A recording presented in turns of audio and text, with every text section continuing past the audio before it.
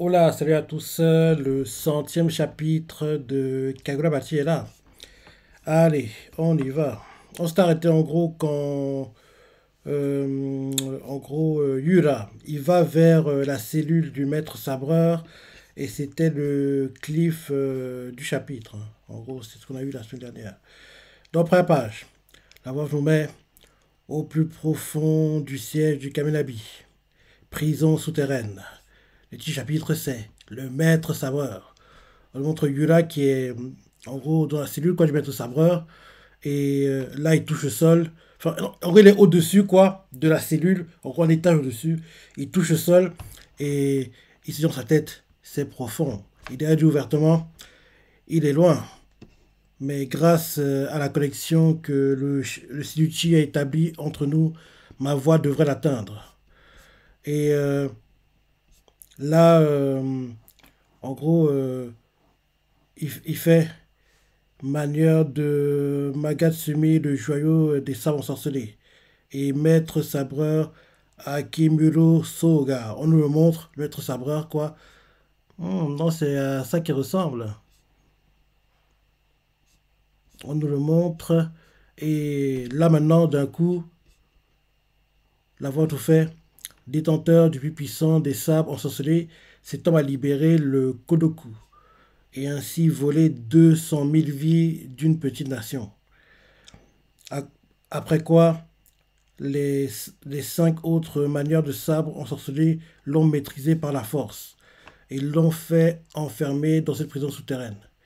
Pendant sa détention, toute évaluation psychologique a cessé, a sans cesse été différée, si bien que les conclusions sur son état mental de l'époque ne reposent que sur des suppositions. Et là, quelque part, les faits. C'est à cause de toutes ces personnes qu'il a dû tuer pendant la guerre que cette montagne de cadavres et de l'énorme pouvoir des Siluti qui l'a englouti. Il s'est retrouvé dans cette... J'ai mal lu. C'est à cause de toutes ces personnes qu'il a dû tuer pendant la guerre, de cette montagne de cadavres et de l'énorme pouvoir des Siluti qui l'a englouti. Il s'est retrouvé dans un état de confusion intense. Et là, on va voir pourquoi nous fait. Un esprit déviant peut parfois conduire à une amélioration des pouvoirs occultes, comme en gros on l'a vu aux deux derniers chapitres avec Igiwara, quoi, avec Ikuto, quoi. Un esprit déviant peut parfois conduire à une amélioration des pouvoirs occultes. En tenant compte de l'échelle de déploiement et de la puissance du Koloku, cette explication tenait tout à fait la route. Alors l'hypothèse a fini par se transformer en conclusion. Dès lors, pour lui éviter toute stimulation superflue, lui seul a été isolé sous la plus haute surveillance. Et aujourd'hui, après 18 longues années de vie totale, il recevait son premier contact avec le monde extérieur. Et là, Yura fait enchanté, maître sabreur, je suis venu te tuer. Et là, on nous montre le maître sabreur dans sa cellule qui s'étire. Il s'étire, quoi. En s'étirant, il fait. Hop là. On nous montre de dos, hein.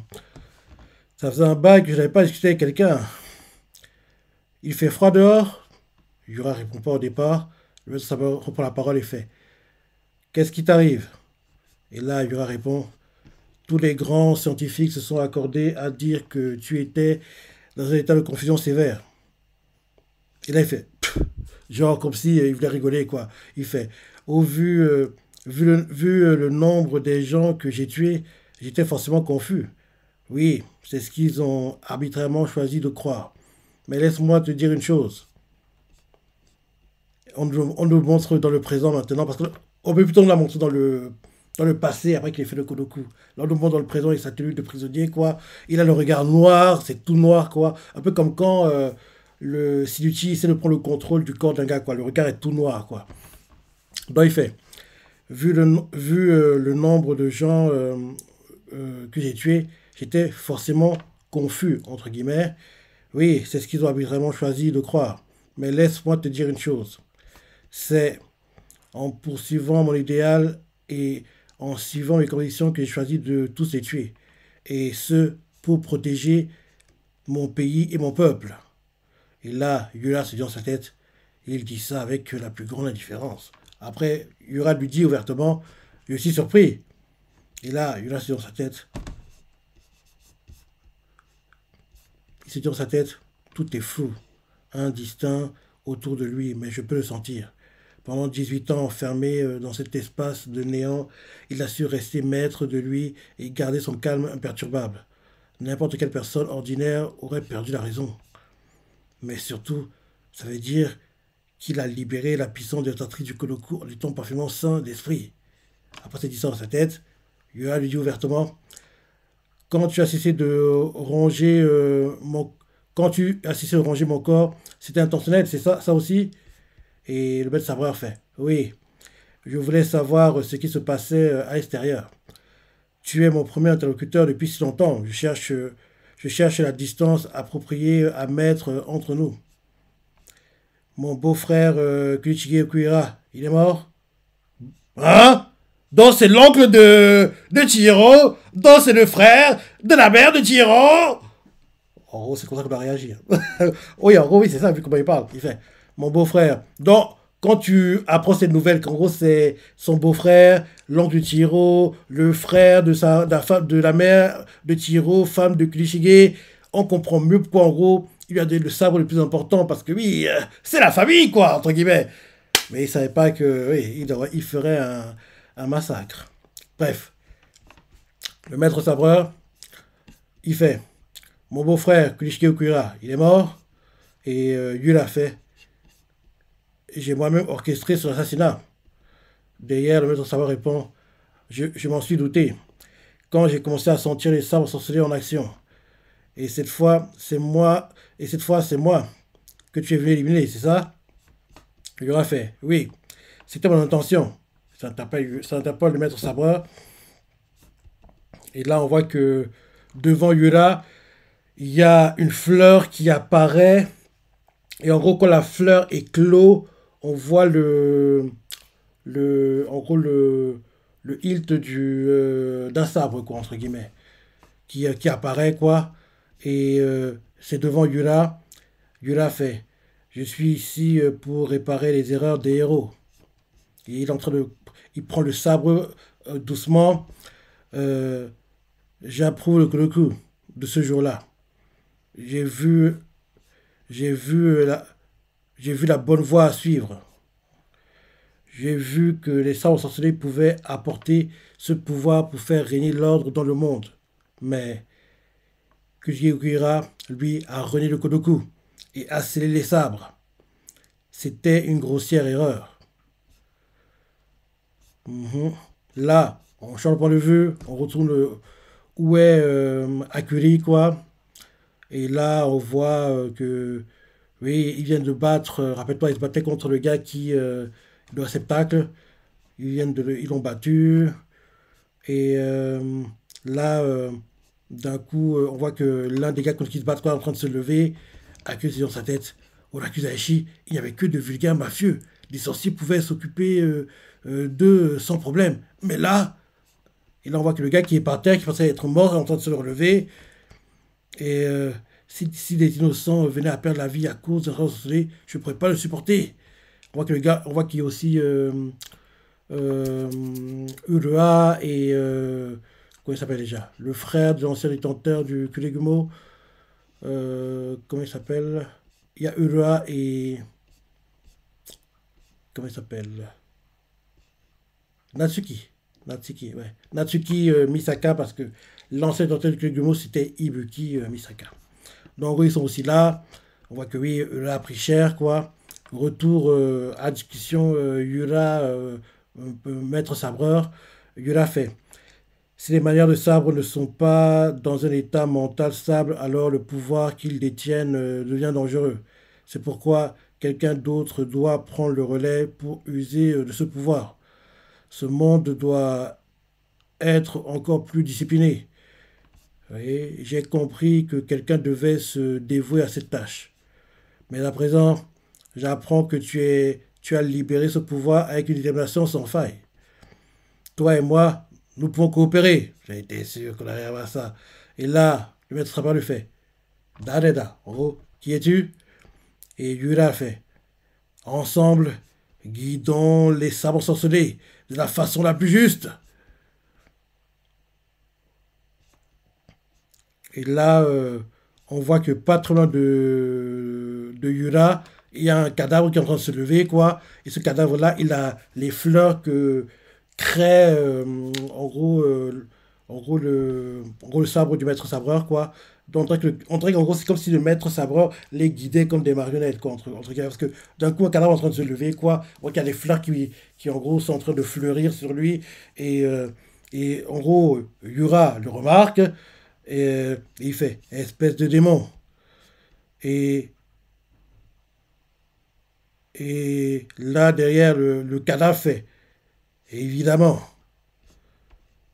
cette fois, tu ne pourras plus rien. On voit que d'un coup, le cadavre réduit à distance avec Yura pour l'attaquer. Yura l'attaque pour le repousser.